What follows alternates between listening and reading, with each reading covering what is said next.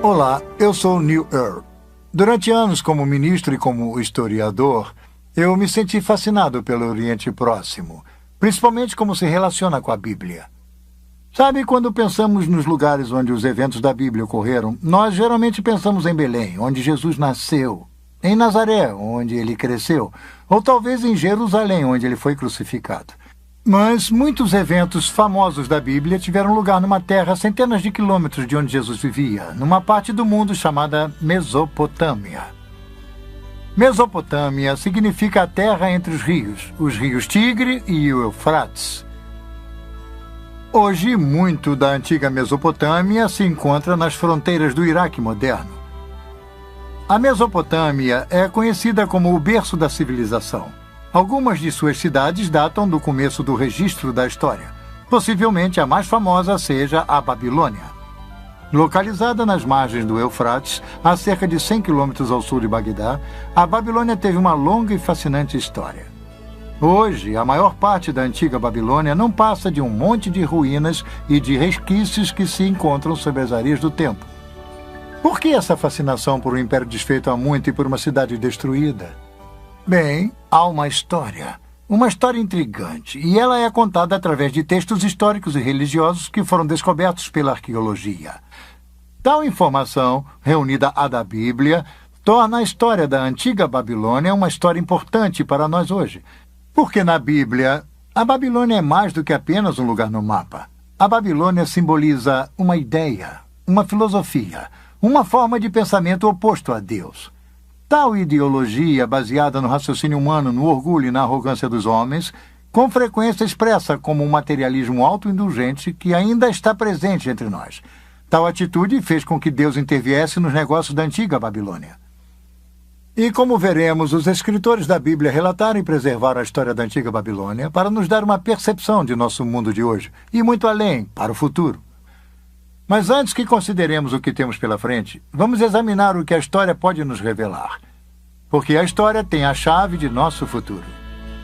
Nossa história começa muito antes que houvesse uma cidade chamada Babilônia. Ela começa com um grupo de viajantes que chegou à planície queimada pelo sol ao sul da Mesopotâmia há mais de 2000 anos antes do nascimento de Jesus. A Bíblia nos conta que esses viajantes eram descendentes do patriarca Noé e de sua família. Nas décadas que se seguiram ao grande dilúvio, eles migraram para o sul ao longo dos vales do Tigre e do Eufrates. O livro do Gênesis conta que os filhos de Noé se estabeleceram nas planícies de Shinar. Shinar é o nome bíblico da região que foi posteriormente chamada de Babilônia. Hoje é conhecida como o sudeste do Iraque. Deus queria que os filhos de Noé se espalhassem e povoassem a terra. Ao invés disso, desafiadoramente resolveram se unir sob sua própria autoridade. Gênesis 11:4. Eles disseram: venham, edifiquemos uma cidade e uma torre cujo tope chegue até os céus, para que tornemos célebre nosso nome, para que não sejamos espalhados por toda a terra. De acordo com o historiador do século I, Flavius Josephus, o líder dessa gente era Nimrod, o bisneto de Noé. A Bíblia nos conta que Nimrod era um poderoso guerreiro na terra. Sob sua liderança, o povo começou a construir uma grande torre. Nimrod queria criar um embevecimento, um encantamento. Ele queria construir um império. Ele queria manter o povo unido sob sua autoridade. A Torre de Babel, eu acho que ilustra tal propósito com perfeição, porque é exatamente o que eles tentaram fazer. Eles tentaram ser os criadores. Porque quando você para pensar nisso, o Gênesis apresenta a criação em termos de ter sido na forma e na natureza de Deus. E então nos tornamos pequenos criadores. E principalmente em papéis de poder, eles sentiram que haviam se tornado criadores. E se você cria algo e sente que ele é tão superior, que, num certo sentido, você pode quase se ver como sendo uma pessoa destinada, até mesmo divina, como os antigos dirigentes com frequência se viam. Para construir uma torre que chegaria aos céus. Isso não lhe soa familiar? Seria a tentativa antiga da humanidade de atingir o espiritual através do físico. Os artistas ofereceram suas impressões de como essa torre, a famosa Torre de Babel, poderia ter sido. Algumas delas bastante rebuscadas. Provavelmente não passava de um simples monte de tijolos e de terra, não muito diferente das torres mais recentes de templos chamadas ziggurats. Os ziggurats são quadrados na base, com lados inclinados em degraus chegando em cima de um relicário. A planície de Shinar é plana. Uma construção de 30 e poucos metros pode ser vista a quilômetros de distância. A torre medieval de Samarra, por exemplo, localizada no norte de Bagdá, é um minarete espiral com cerca de 50 metros de altura. Sua proeminência através da região serve como um marco direcional conveniente. Na verdade, alguns viajantes medievais achavam que ela fosse a Torre de Babel. A Bíblia nos diz que Deus permitiu que os construtores trabalhassem na torre por uns tempos. Depois ele interveio. Gênesis 11, 5 e 9. E então desceu o Senhor para ver a cidade e a torre que os filhos dos homens edificavam, e disse: Eis que o poro é um, e todos têm a mesma linguagem. Isto é apenas o começo. Agora não haverá restrição para tudo que intentam fazer. Vinde, desçamos e confundamos ali a sua linguagem, para que um não entenda a linguagem de outro. Destarte o Senhor os dispersou dali pela superfície da terra, e cessaram de edificar a cidade. E chamou-se-lhe por isso o nome de Babel, porque ali confundiu o Senhor a linguagem de toda a terra, e dali os dispersou por toda a superfície dela. Num ato súbito, Deus confundiu a linguagem do povo. Um balbucio de vozes surgiu nos andaimes. De repente, os encarregados e construtores não podiam mais se comunicar. O pânico reinava. A construção da cidade e de sua enorme torre sofreu uma interrupção abrupta. Na linguagem acadiana, o local da cidade inacabada ficou conhecido como o Portal de Deus. Porém, os hebreus a chamaram de Babel, baseados na palavra hebraica significando confundir. Babilônia não passa da forma grega de escrever a palavra hebraica Babel. De qualquer maneira, Babilônia e Babel são a mesma coisa. E Babilônia se referia à região centralizada em torno da cidade. A história da Torre de Babel foi criada para nos ensinar uma importante lição. A tolerância de Deus pelo orgulho e rebeldia aos humanos tem limite. E logo no início vemos Babilônia como se tornando o símbolo da oposição a Deus.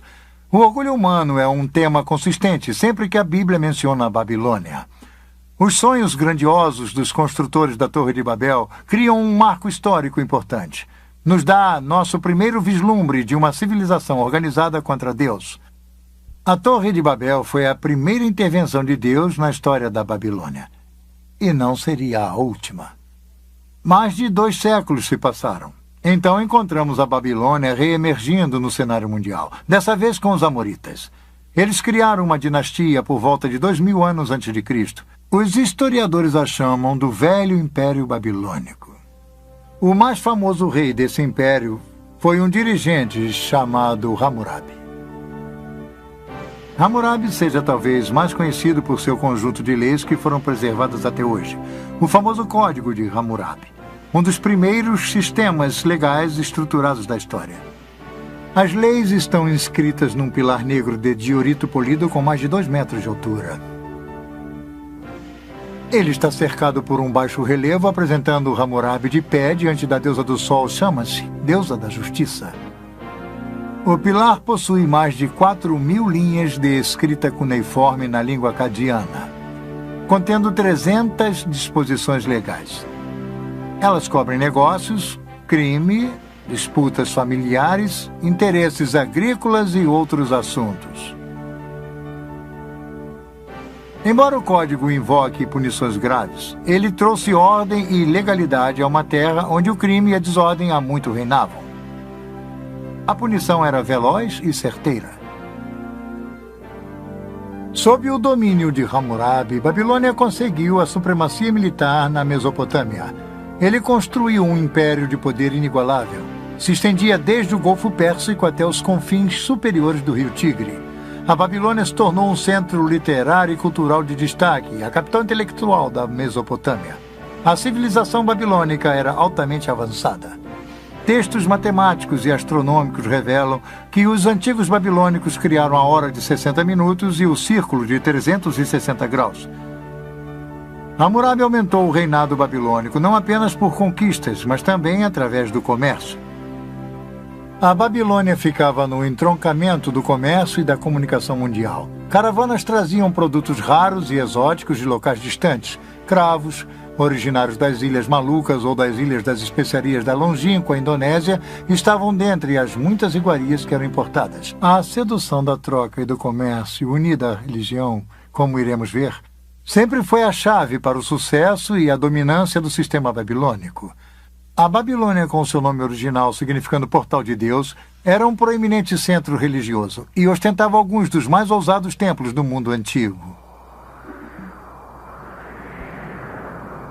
Como a maioria dos povos antigos, os babilônios adoravam muitos deuses. Sua religião se concentralizava na idolatria. Eles temiam as forças da natureza nos desertos ressequidos da Mesopotâmia. A linha entre a sobrevivência e a prosperidade era, na verdade, muito tênue. Chuvas demasiadas ou escassas demais poderiam acabar com todo o suprimento de alimento do ano. Os babilônios adoravam várias divindades, buscando nelas piedade e proteção, realizando intrincados e, às vezes, assustadores rituais. Os deuses precisavam ser aplacados. No mundo antigo, quem controlava a religião controlava as pessoas. Por isso não era de admirar que os babilônios acreditassem que seu rei reinava como o representante terreno de Deus.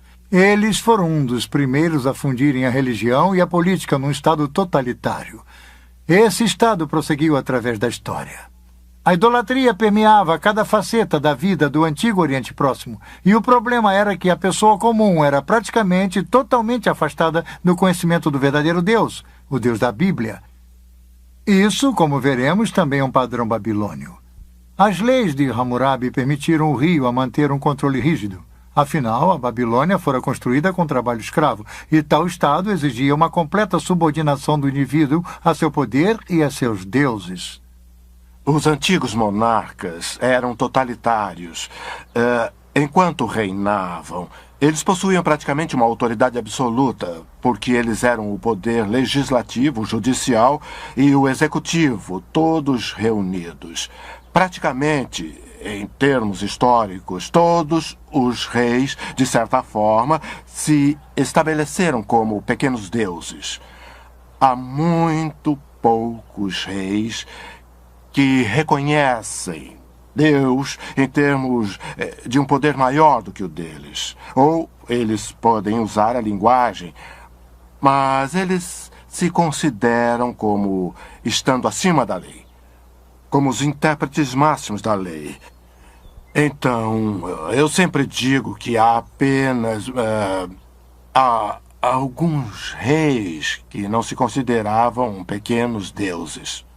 Hammurabi criou um dos maiores impérios do Antigo Oriente Próximo. Ele estabeleceu a base para uma civilização que iria perdurar por mais de 1000 anos após sua morte.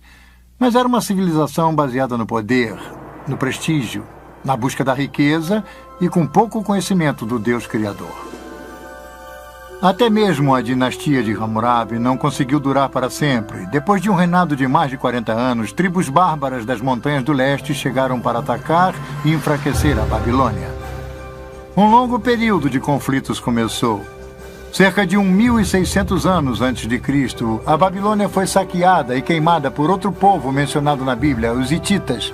Os hititas levaram as riquezas e os prisioneiros da Babilônia para a distante Anatólia, nossa moderna Turquia.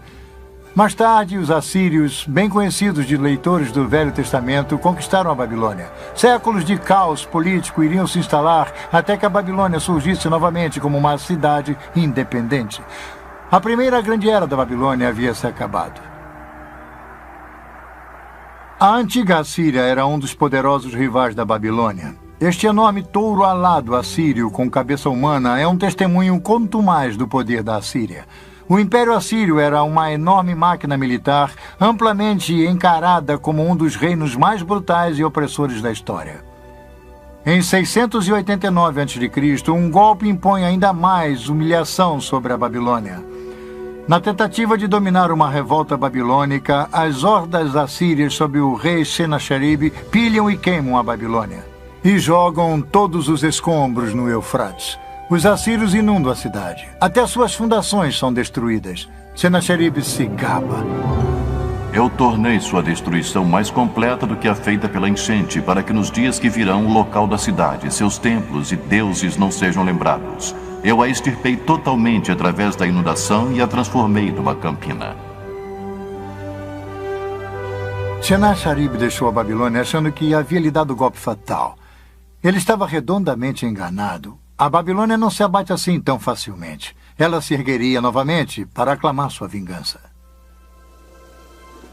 E foi exatamente o que aconteceu. O local da Babilônia foi eventualmente ocupado e reconstruído pelos caldeus. Foram os caldeus que finalmente humilharam a orgulhosa Assíria. Foi no ano de 612 a.C. quando os caldeus atacaram as muralhas de Nínive, capital da Assíria. Nínive caiu. Foi totalmente destruída. Hoje, as ruínas de Nínive atestam a destruição quase total da antiga cidade. O desaparecimento de Nínive foi tão completo que só foi redescoberta há 150 anos. O poder da Assíria havia sido domado, mas sob os caldeus, Babilônia estava de volta com sua vingança. E aí está uma grande chave para a história e a profecia bíblica. A Babilônia. Esta grande cidade, este grande inimigo simbólico de Deus, emerge repetidamente do abismo da destruição. Ela reaparece sempre nos diversos estágios da história, influenciando o curso da civilização. A queda assíria deixou um vácuo que tanto o Egito quanto a Babilônia procuraram preencher. 1000 anos após a Era de Ouro de Hammurabi, a Babilônia finalmente tinha a chance de reganhar a proeminência e o prestígio que um dia foram seus. E estávamos no verão de 605 a.C. Forças babilônias bem armadas realizaram um ataque rápido e decisivo contra os egípcios. Suas forças se confrontaram em Caxemir, ao norte da Assíria. A batalha custou ao Egito seu controle do Oriente Médio. Agora, quase um milênio após Hammurabi, a Babilônia mais uma vez mantinha um poder indiscutível no antigo Oriente Próximo. Sim, a Babilônia estava de volta. Mas será que uma Babilônia ressurgente, reconstruída, poderia evitar a sorte que havia assolado a cidade de Nimrod e o império de Hammurabi? Somente o tempo iria dizer. Babilônia, passado, presente e futuro.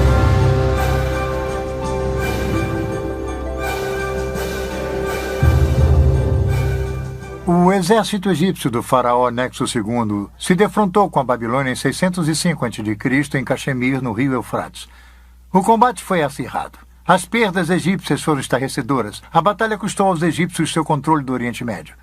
O general que despachou os egípcios era um príncipe coroado caldeu de 25 anos.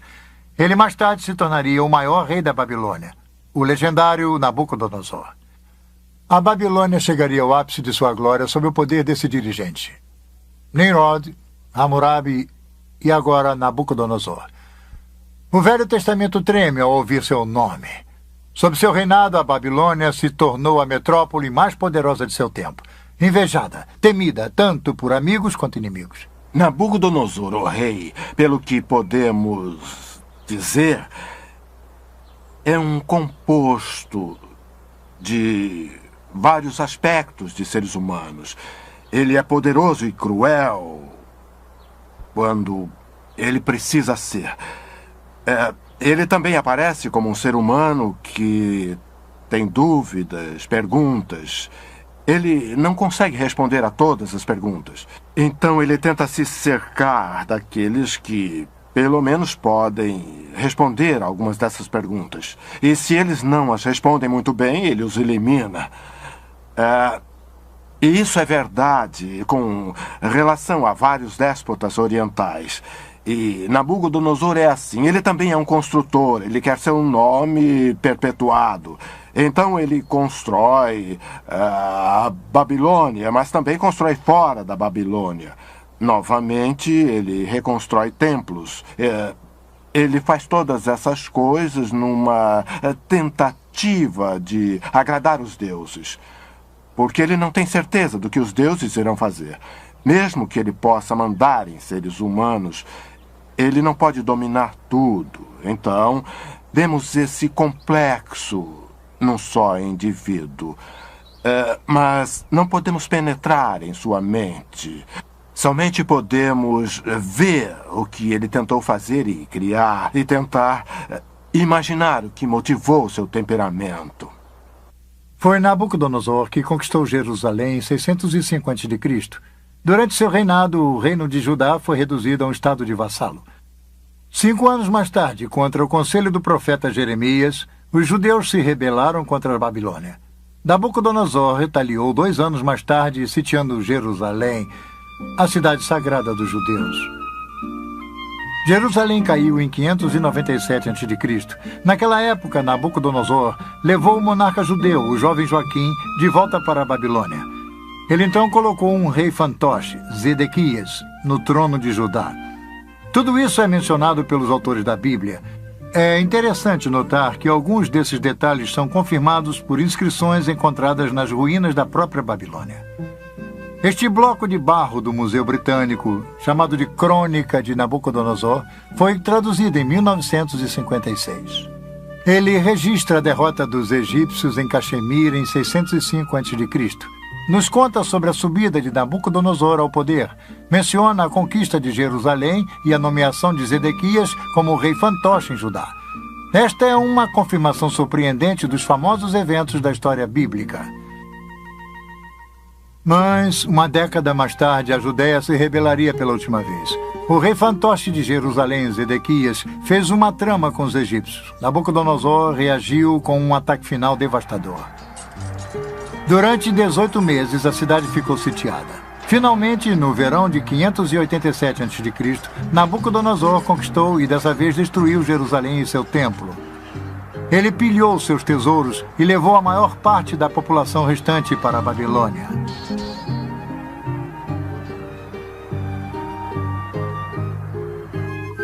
O reino da Judéia deixou de existir.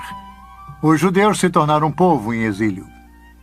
Uma pungente lembrança disso é relatada no Salmo 137.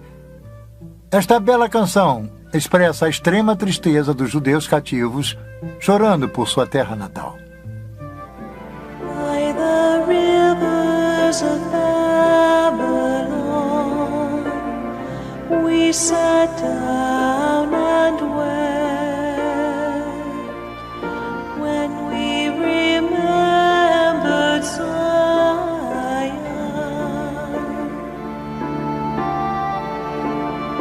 If I forget you, O Jerusalem, may my right hand forget its skill. May my tongue cling to the roof of my mouth. If I do not remember you, if I do not consider Jerusalem my highest joy.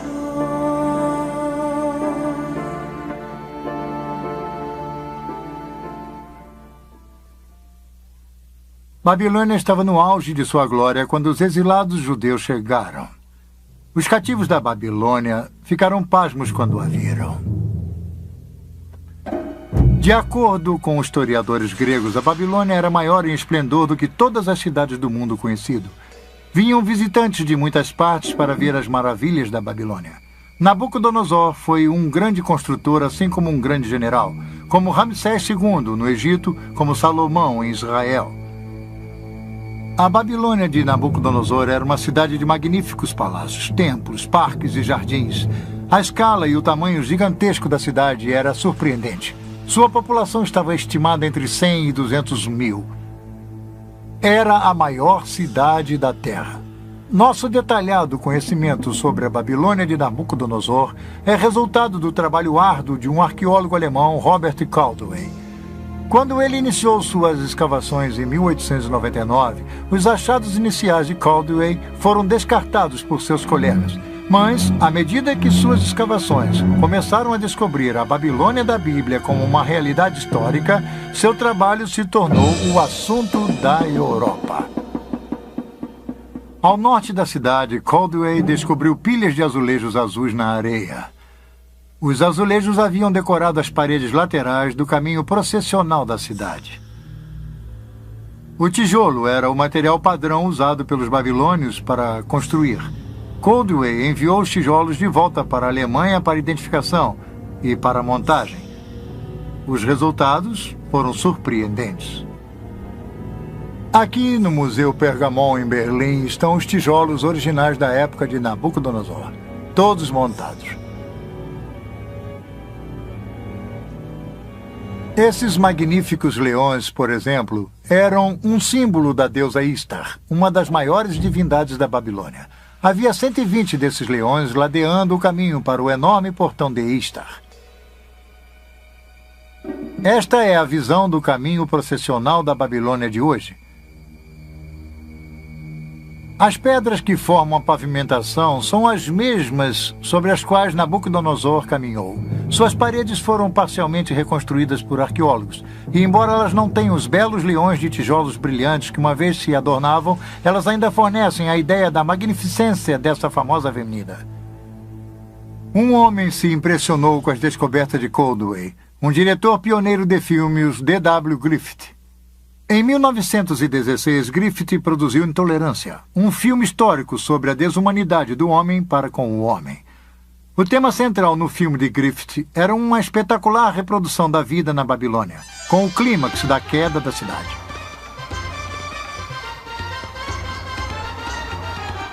No filme, Griffith traz de forma mágica para a tela a magnificência e a grandiosidade da Babilônia de Nabucodonosor.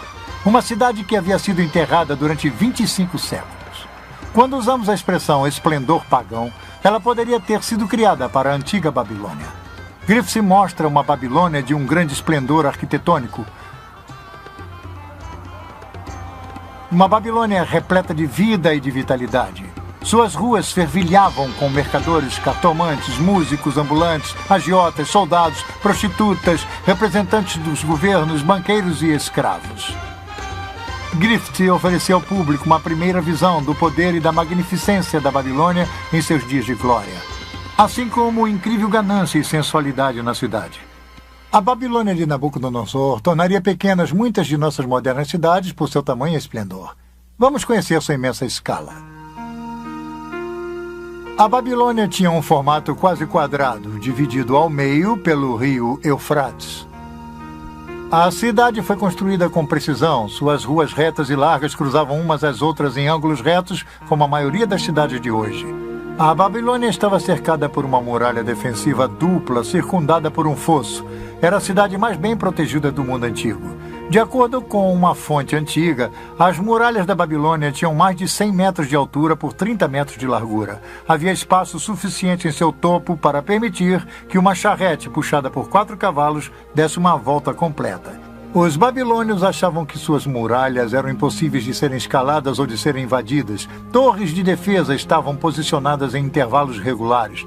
Mas as muralhas da Babilônia eram apenas o começo de suas maravilhas. O caminho processional era a avenida principal, norte e sul da cidade.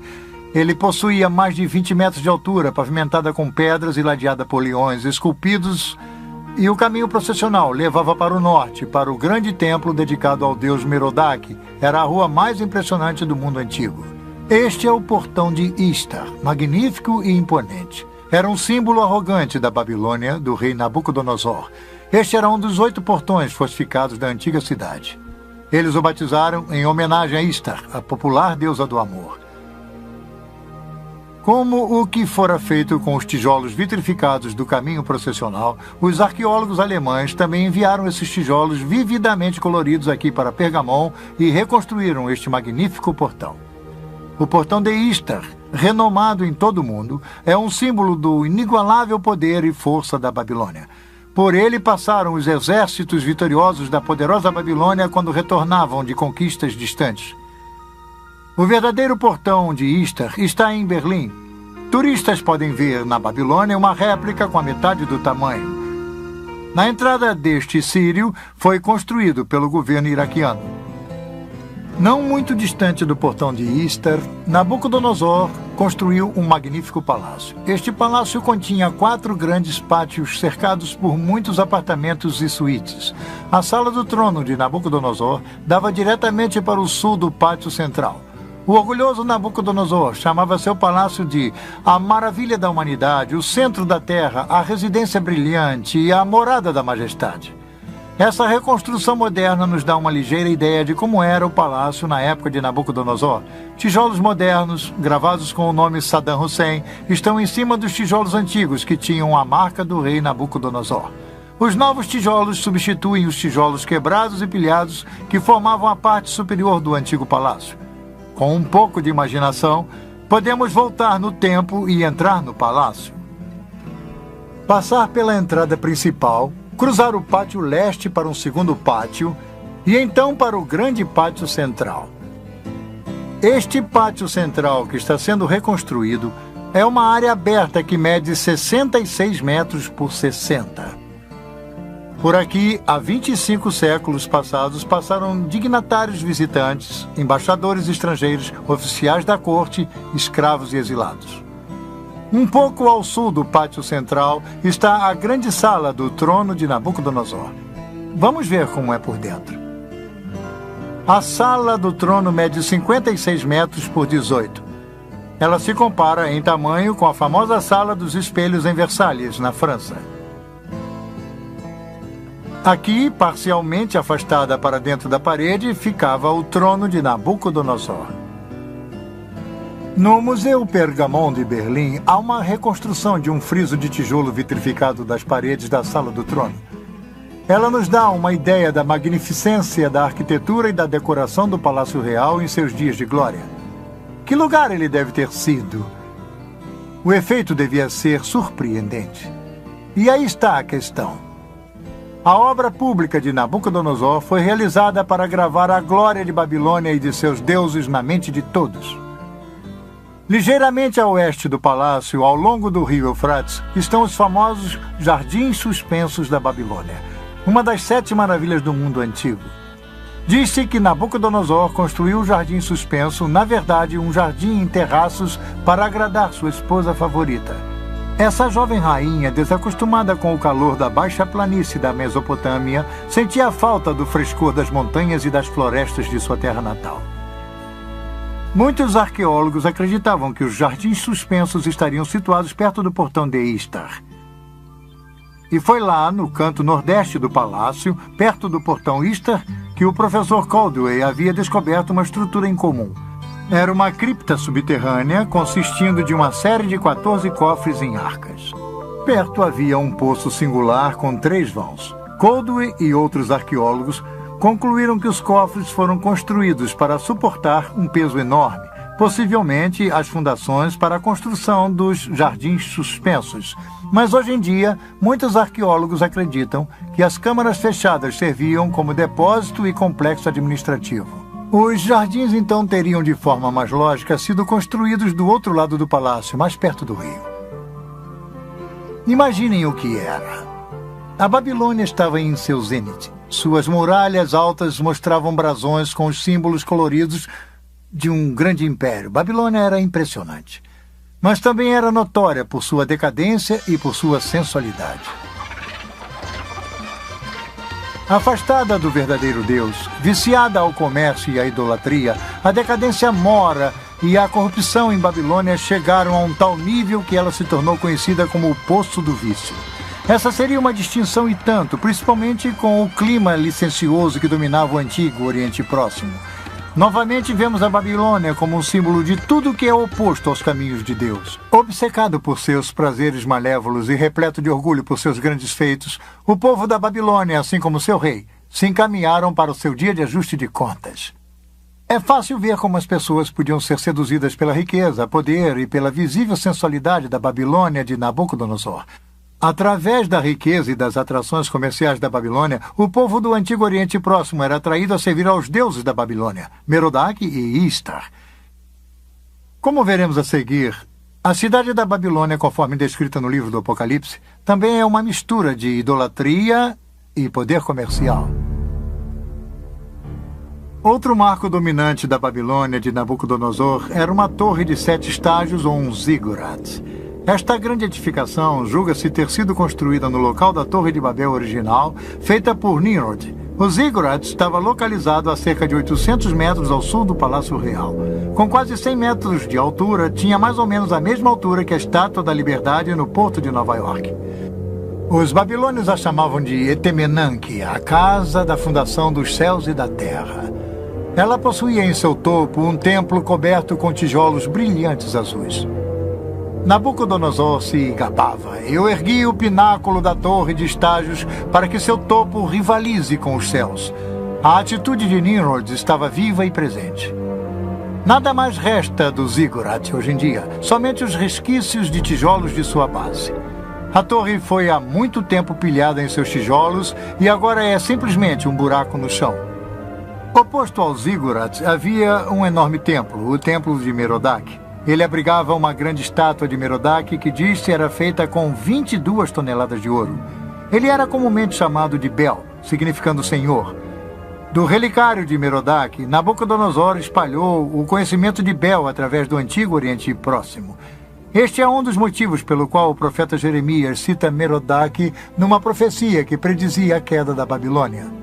Jeremias 52. A Babilônia será tomada, Bel está confundido e Merodach abatido. Cobertas de vergonha estão as suas imagens e seus ídolos tremem de terror. Porque do norte subiu contra ela uma nação que tornará deserta a sua terra e não haverá quem nela habite. Assim, os homens como os animais fugiram e se foram. A Babilônia parecia inexpugnável. Seu poder e sua riqueza dominavam o Antigo Oriente Próximo, mas igualmente sua crueldade e sua luxuriante idolatria. Como vimos na Torre de Babel, Deus não tolera para sempre o orgulho e a arrogância dos humanos. Em sua piedade, Deus tentou avisar Nabucodonosor. O rei começou a ter sonhos perturbadores, mas eram sonhos de aviso do próprio Deus Criador.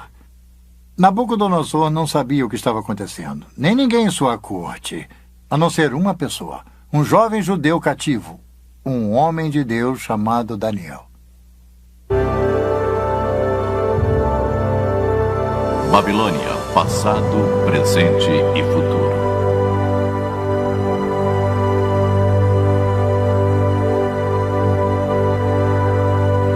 Nabucodonosor construiu o maior império do Antigo Oriente Próximo. Como general, ele era invencível. E também era um regente astuto. Quando os exércitos do rei haviam levado Daniel e outros proeminentes cidadãos de Jerusalém para a Babilônia, Daniel foi colocado na própria corte de Nabucodonosor. Os reis antigos, com frequência, escolhiam estrangeiros para preencher postos chaves, porque eles não eram uma ameaça ao trono, o que alguém de sua própria identidade étnica ou nacional poderia ser. Então, eles usavam um estrangeiro, como um judeu, porque usavam sua habilidade e, ao mesmo tempo, não se sentiam ameaçados por tal indivíduo. Dentre esse grupo seleto, Daniel e seus 3 companheiros, Sadraque, Mesaque e Abednego. Embora eles fossem cativos, permaneceram leais ao verdadeiro Deus, ao Deus de Israel. Suas experiências em resistir ao materialismo e à idolatria estão entre as melhores histórias conhecidas da Bíblia.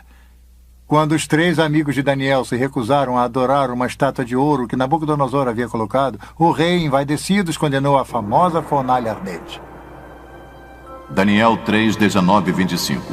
Então Nabucodonosor se encheu de fúria e, transtornado o aspecto de seu rosto contra Sadraque, Mesaque e Abednego, ordenou que se acendesse a fornalha 7 vezes mais do que se costumava.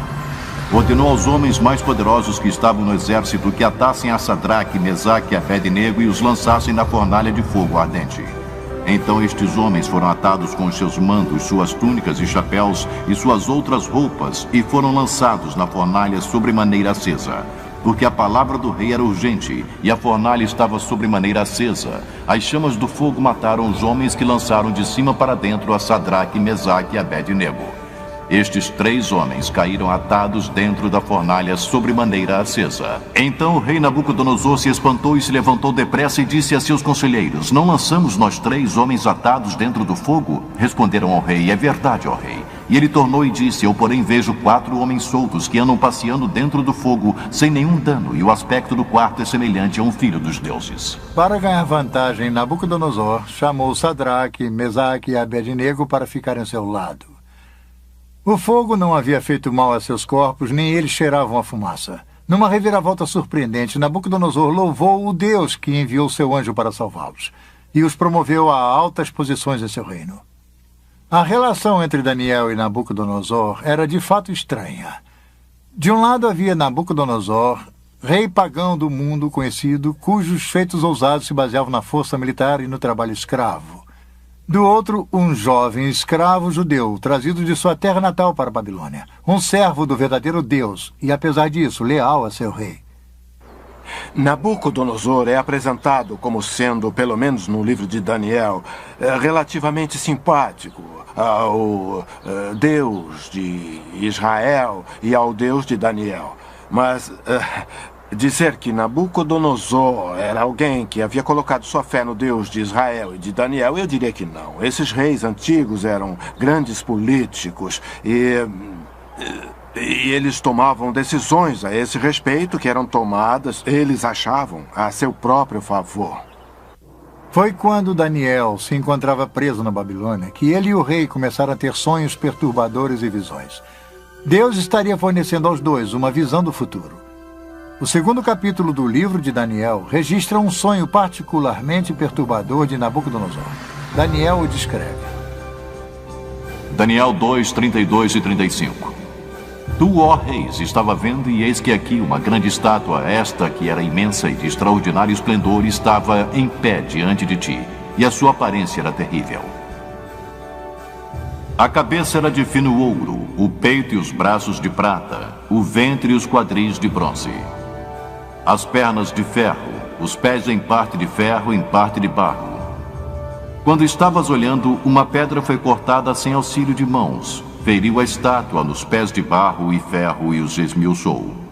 Então foi juntamente esmiuçado o ferro, o barro, o bronze, a prata e o ouro, os quais se fizeram como a palha das eiras no estio, e o vento os levou, e deles não se viram mais vestígios. Mas a pedra que feriu a estátua se tornou uma grande montanha que encheu toda a terra.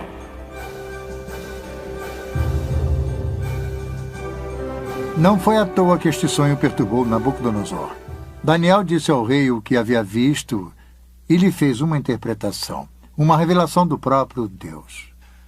A cabeça de ouro era o império de Nabucodonosor.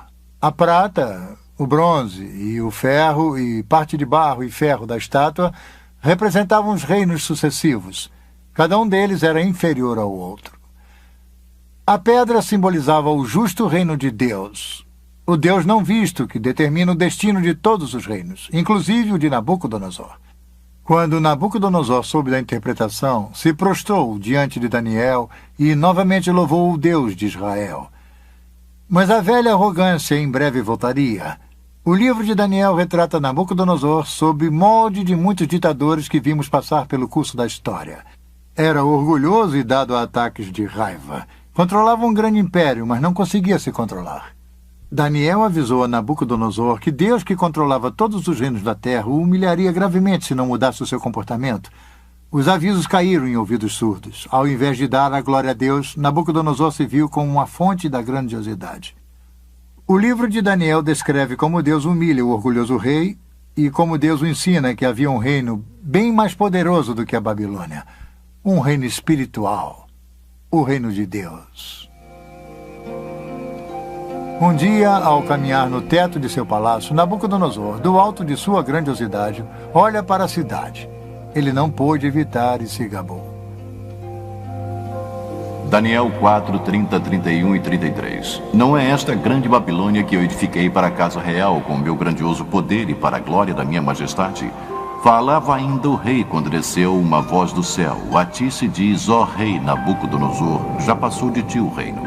No mesmo instante se cumpriu a palavra sobre Nabucodonosor e foi expulso de entre os homens, e passou a comer erva com os bois. O seu corpo foi molhado do orvalho do céu até que lhe cresceram os cabelos como as penas da águia e as suas unhas como as das aves.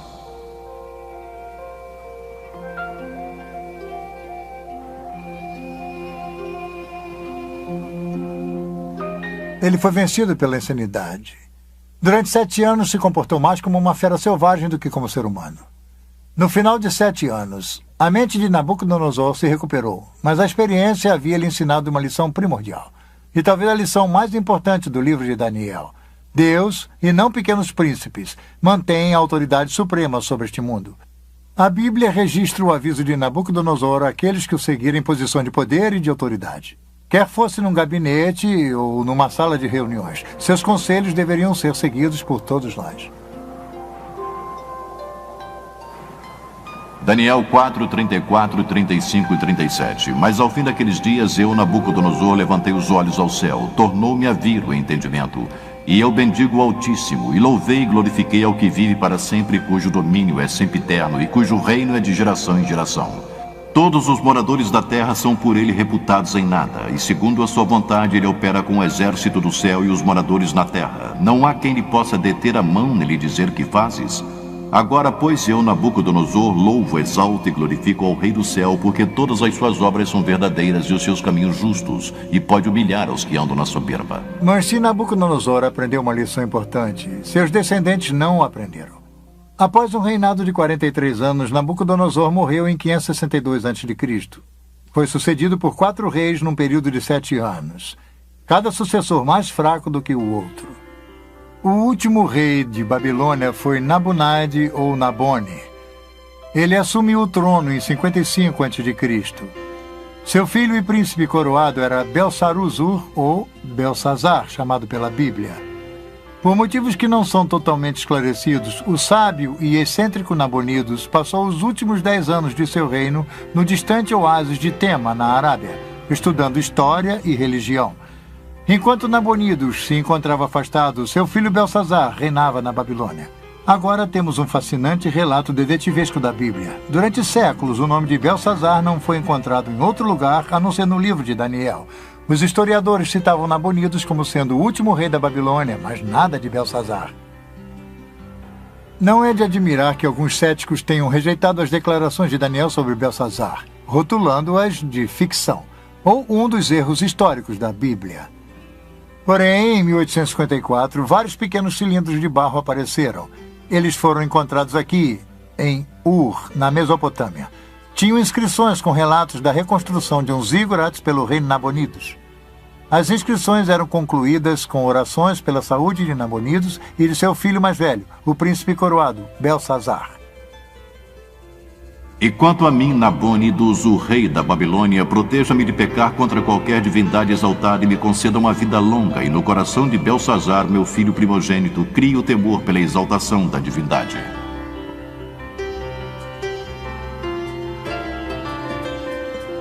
Tal achado arqueológico é importante para a história de Daniel, porque a inscrição esclarece o comando de Belsazar no 5º capítulo, versículo 29 de Daniel. É aí que Belsazar proclama Daniel como o 3º maior regente do reino. Nabonidos era o 1º, Belsazar o 2º e Daniel o 3º. Este é um exemplo notável da precisão da Bíblia. Foi durante o reino de Belsazar que Deus deu a seu profeta Daniel outra importante visão. Novamente, ele avistou um quadro profético. Daniel viu uma sucessão de impérios que iriam controlar o antigo Oriente Próximo a partir de seus dias. Daniel 7, 3 e 7. 4 animais grandes diferentes uns dos outros subiam do mar. O primeiro era como leão e tinha asas de águia. Enquanto eu olhava, foram-lhe arrancadas as asas. Foi levantado da terra e posto em 2 pés como homem, e lhe foi dada a mente de homem.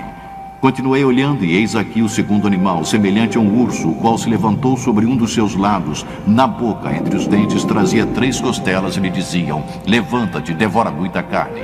Depois disto, continuei olhando, e eis aqui outro, semelhante a um leopardo, e tinha nas costas 4 asas de ave. Tinha também este animal 4 cabeças, e foi-lhe dado domínio. Depois disto, eu continuava olhando nas visões da noite, e eis aqui o quarto animal, terrível, espantoso e sobremodo forte, o qual tinha grandes dentes de ferro. Para nós que vivemos no século XX, a descrição de feras estranhas pode parecer curiosa ou bizarra, mas para os antigos, criaturas que pareciam mistura de feras eram bem mais familiares. Surge então um ponto importante para entender a profecia. Alguns intérpretes bíblicos cometem o erro de tentar explicar o simbolismo bíblico sem referência ao background histórico do livro. Especulações elaboradas são necessárias.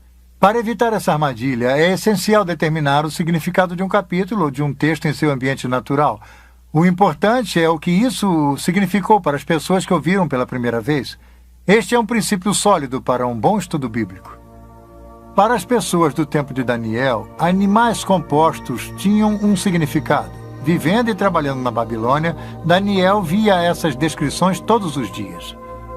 Vamos pegar, por exemplo, o famoso dragão de Merodach. Era o tema de decoração preferido da cidade, utilizado por artistas para ornamentar o portão de Istar. É uma fera híbrida ou composta. Tem as patas dianteiras de um felino, as patas traseiras têm garras como uma ave de rapina, a cabeça tem 2 chifres como uma víbora árabe com chifres, e o rabo termina num ferrão de escorpião. Essas estranhas feras místicas tinham um significado religioso importante para os antigos babilônios. Então, quando Daniel registrou os animais estranhos em sua visão, no capítulo 7, ele se deu conta que a visão iria ser significativa para a Babilônia. Um anjo explicou a Daniel que as 4 bestas eram os 4 impérios que iriam dominar o antigo Oriente Próximo.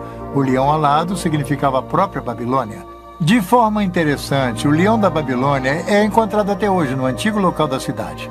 Em 1776, depois de Cristo, aldeões do Iraque descobriram este monumental leão de basalto. Isto confirma que o leão era o símbolo da deusa Istar e da própria Babilônia. O leão está de pé sobre um inimigo caído, preso embaixo de suas patas.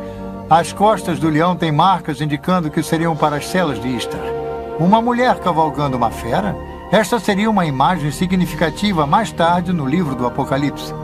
De acordo com muitos comentaristas, o urso da visão de Daniel simbolizava os medas e os persas, e com certeza o Império Medo-Persa substituiu o babilônico. O leopardo de 4 cabeças tem 4 asas e representava Alexandre o Grande e as 4 divisões de seu império. A 4ª besta foi identificada por comentaristas como sendo a correspondência ao Império Romano. O livro de Daniel é um retrato vívido da transição do reino do leão da Babilônia para o reino do urso. Está numa das mais famosas cenas da Bíblia.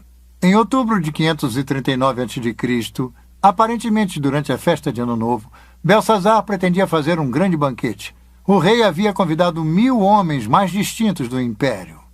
Ele não fazia ideia do que aconteceria. Esse banquete se tornou incomum pelo fato de ter ocorrido enquanto os persas tomavam a Babilônia. Mesmo assim, a fé de Belsazar repousou nas fortes muralhas. Esse excesso de confiança fatal seria seu erro. Foi durante o banquete, numa grande demonstração de arrogância diante de Deus, que Belsazar ordenou que servissem vinho. Ele então brindou os deuses da Babilônia. Fez isso com as mesmas taças de ouro que seu avô, Nabucodonosor, havia pilhado do templo em Jerusalém. Repentinamente, um fato estranho e aterrorizador ocorreu, bem aqui na sala do trono de Belsazar.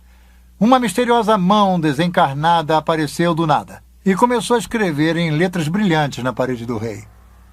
Daniel 5, 5 e 6. No mesmo instante apareceram os dedos de mão de homem e escreveriam defronte do candeeiro na caiadura da parede do palácio real, e o rei via os dedos que estavam escrevendo. Então se mudou o semblante do rei e os seus pensamentos o turbaram. Então entraram todos os sábios do rei, mas não puderam ler a escritura nem fazer saber ao rei a sua interpretação. Daniel 5, 13 e 17. Então Daniel foi introduzido à presença do rei e disse: todavia lerei ao rei a escritura e lhe farei saber a interpretação. Daniel 5 e 25. E esta, pois, é a escritura que se traçou: Mene, Mene, Tekel e Parsim. Esta é a interpretação de cada palavra. Mene, contou Deus o teu reino e deu cabo dele. Tekel, pesado, foste na batalha e achado em falta. Pere, seu reino foi dividido e dado aos medas e aos persas.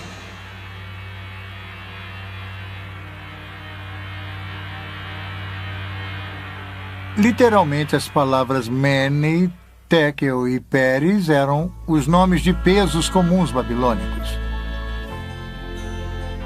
Antes das moedas serem inventadas, os negócios eram feitos através de lingotes de metal como moeda. Precisavam ser pesados numa balança com medidas precisas, como este leão de 2 menes, para pesar o seu valor.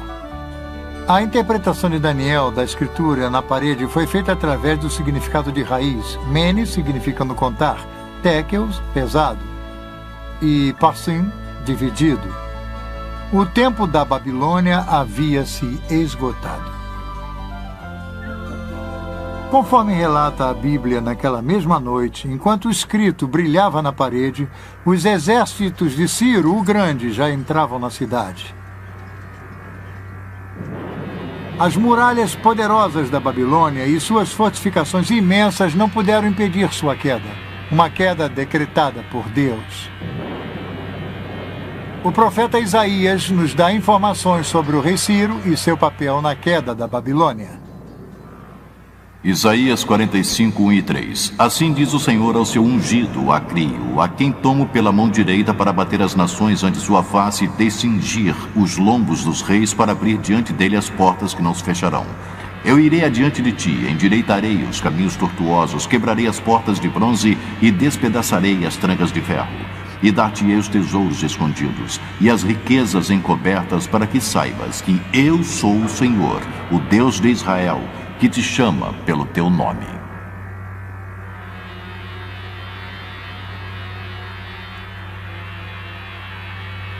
A Escritura nos dá a ideia da forma surpreendente com que Ciro capturou a Babilônia. Com suas muralhas maciças, Babilônia parecia inexpugnável, mas, desconhecido pelos babilônios, Ciro havia armado um plano engenhoso. A Bíblia não fornece os detalhes, mas é descrito em grande detalhe pelos antigos historiadores Heródoto e Xenofon. Enquanto Belsazar festejava, tropas persas estavam ocupadas rio acima, desviando o curso do rio Eufrates. O rio normalmente fluía por baixo dos portões maciços e entrava pela cidade. Aí os persas cavaram um canal. Isso redirecionou o rio para um velho leito. O Eufrates começou a ficar mais baixo, permitindo que os persas atravessassem por baixo dos portões e entrassem na Babilônia.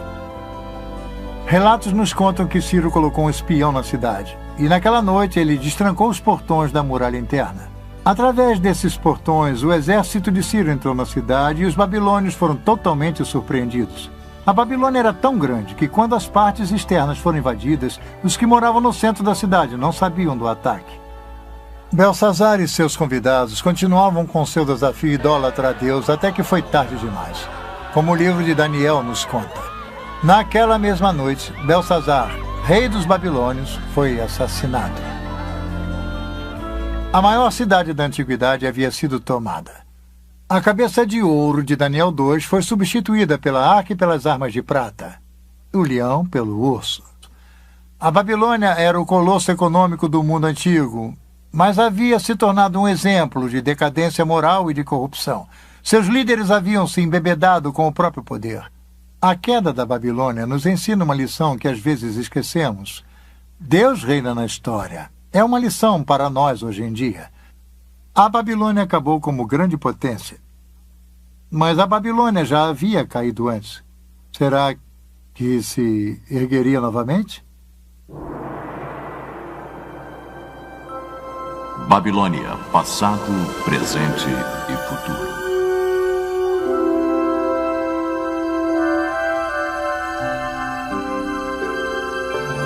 Nós seguimos a ascensão e queda da Babilônia, desde Nimrod a Belsazar. Belsazar foi o último rei da Babilônia, mas a cidade em si continuou sob domínio dos persas. E então, um pouco mais de 200 anos mais tarde, Alexandre o Grande, em sua busca de conquistar o mundo, derrotou os persas e conquistou a Babilônia. Alexandre estava enfeitiçado pela ideia da Babilônia. O pensamento de que todo mundo poderia ser unificado sob uma civilização, uma cidade, um homem. Mas os sonhos de Alexandre de uma unidade mundial morreram com ele na Babilônia em 323 a.C., no próprio trono de Nabucodonosor. Nos anos que se seguiram, a cidade começou a se deteriorar. Na época de Jesus, os palácios e templos da Babilônia já haviam sucumbido. Tempestades de areia haviam enterrado os parques e aquedutos, até mesmo o Eufrates havia mudado de curso. Um imperador romano visitou a Babilônia 85 anos após a morte de Jesus e não encontrou nada além de seixos, pedras e ruínas. Hoje, o superpoder do mundo antigo jaz desolado e esquecido. Seus palácios, templos, parques e jardins, suas ruas e avenidas largas são apenas pós e escombros. Tijolos partidos com o nome de Nabucodonosor estão jogados aos montes pelo local. Somente uma pequena parte do que um dia foi uma grande cidade foi restaurada como parque arqueológico, e mesmo assim apenas em parte. A maior parte da vasta metrópole permanece um deserto abandonado, não sendo mais a cidade viçosa de seus dias de glória. Ela jaz desocupada, abandonada e esquecida. Isaías 13, 19 e 20. Babilônia, a joia dos reinos, a glória e orgulho dos caldeus, será como Sodoma e Gomorra quando Deus as transtornou. Nunca mais será habitada, ninguém morará nela de geração em geração.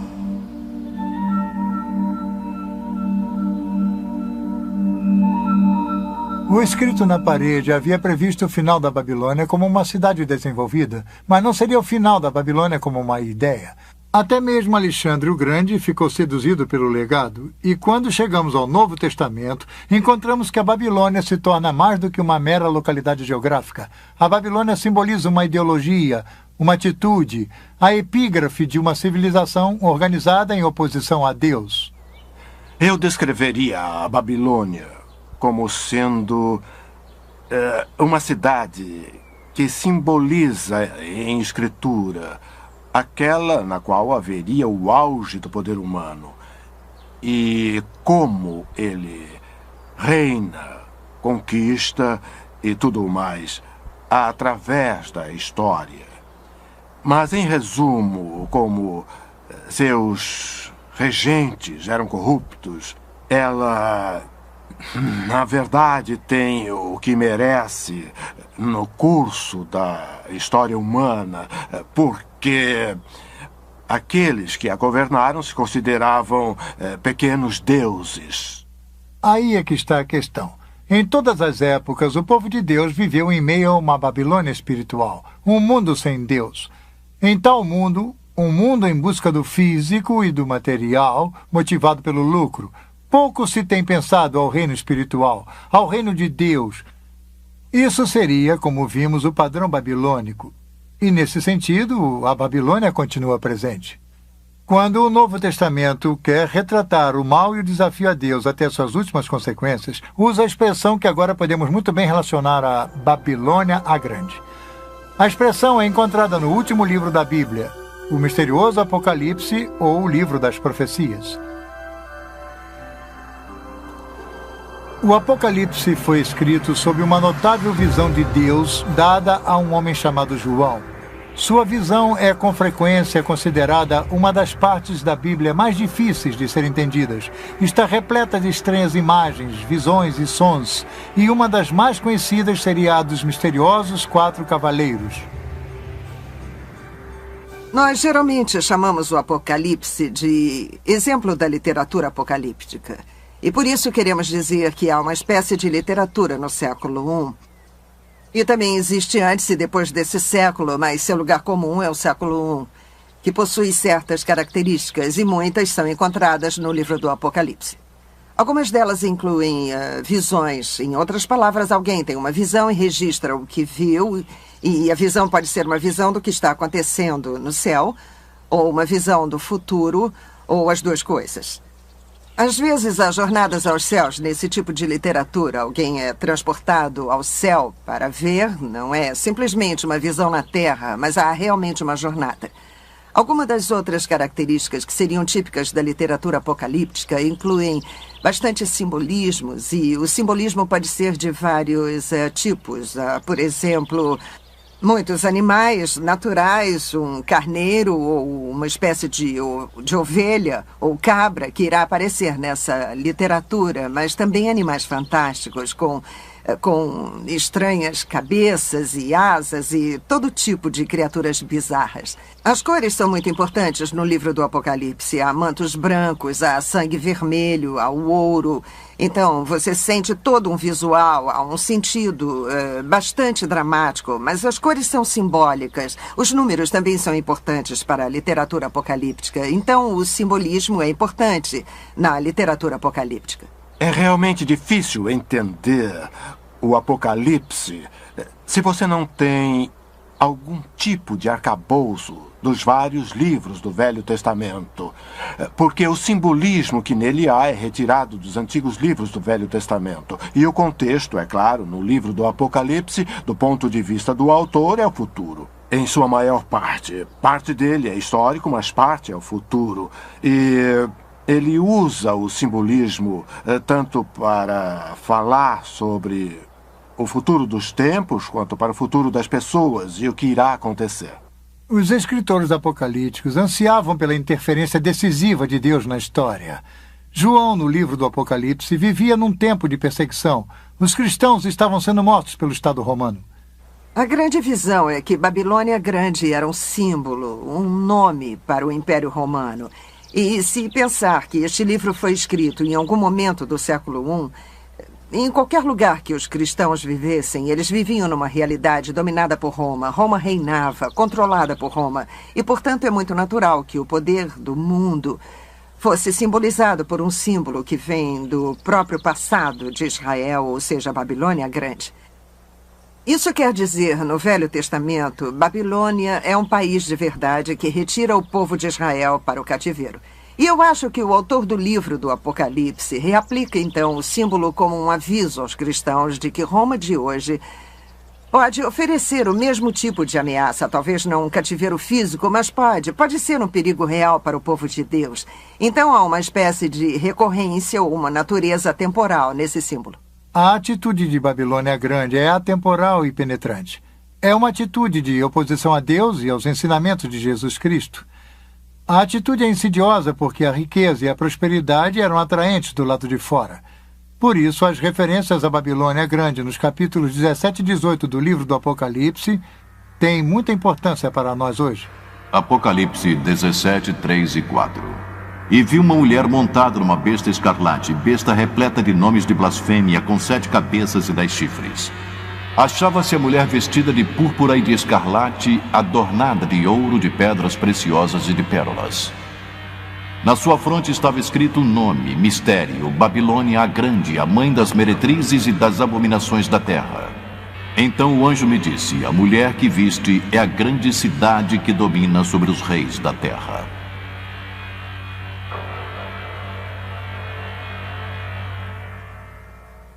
Aqui temos toda a imagem vívida da literatura apocalíptica. É um tempo futuro.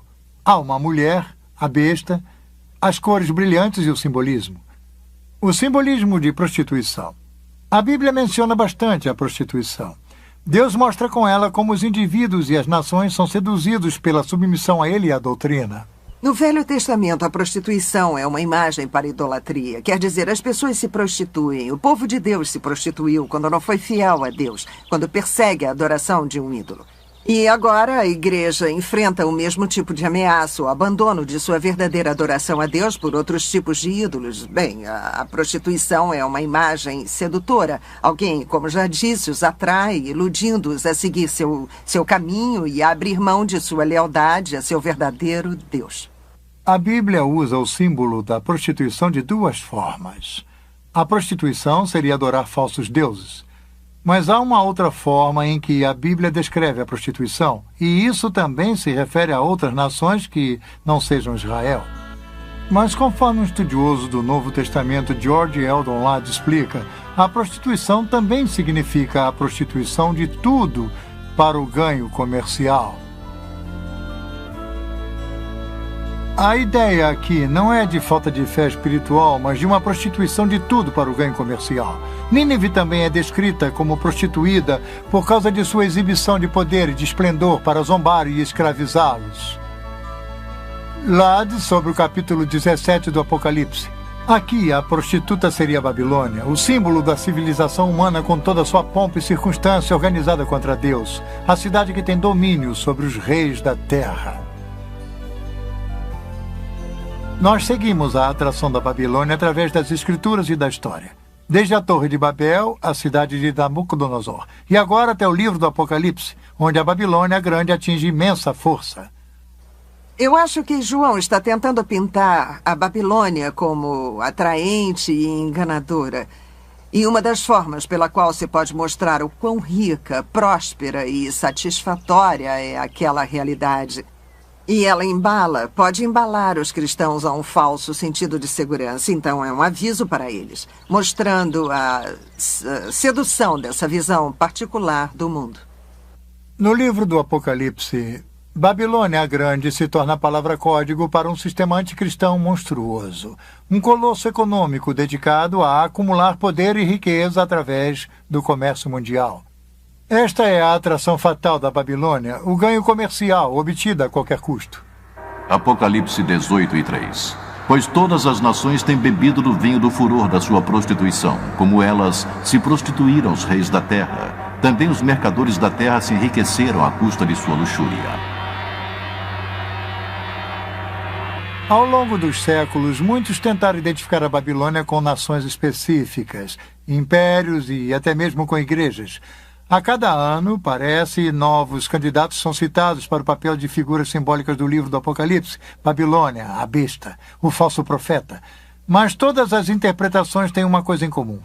Todas estão erradas.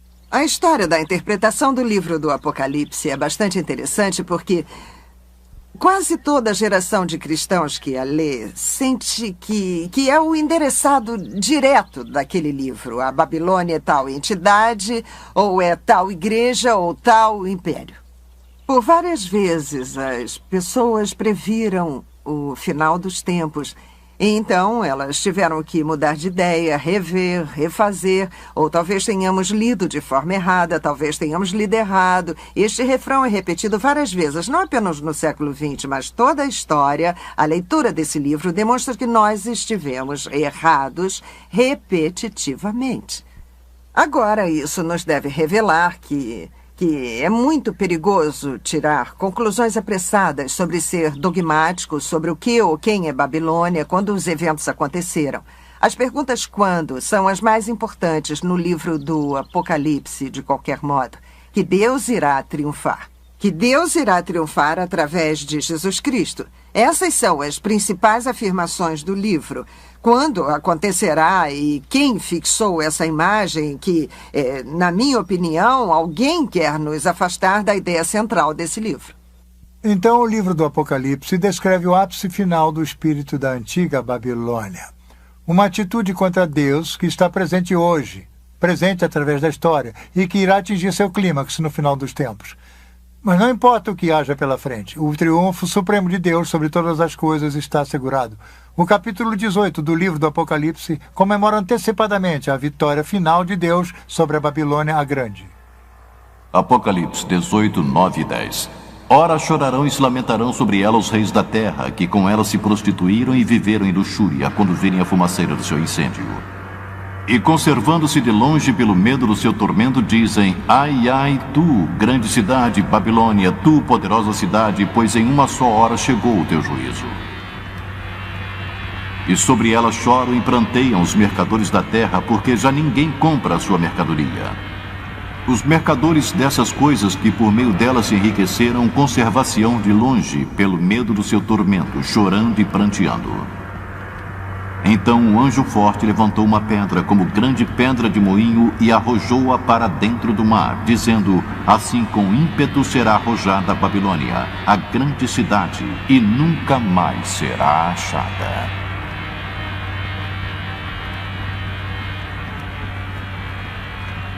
Sim, a história da Babilônia é uma história racional. Aquela velha cidade enterrada na planície da Mesopotâmia se tornou símbolo de uma sociedade dominada pela ganância. Uma sociedade que se afastou cada vez mais do conhecimento de Deus. Isso lhe parece familiar? João descreve um mundo muito parecido ao nosso de hoje em dia.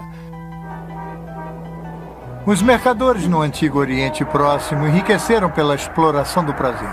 Muitos negociantes de hoje em dia fazem a mesma coisa.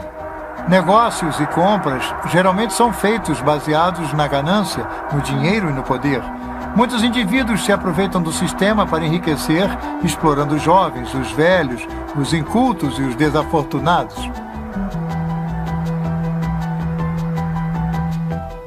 Os cristãos não estão imunes às seduções do sistema babilônico. Somos avisados sobre o logro do dinheiro, das riquezas, do poder e do prazer. Nós devemos viver, no entanto, de acordo com os ensinamentos de Jesus.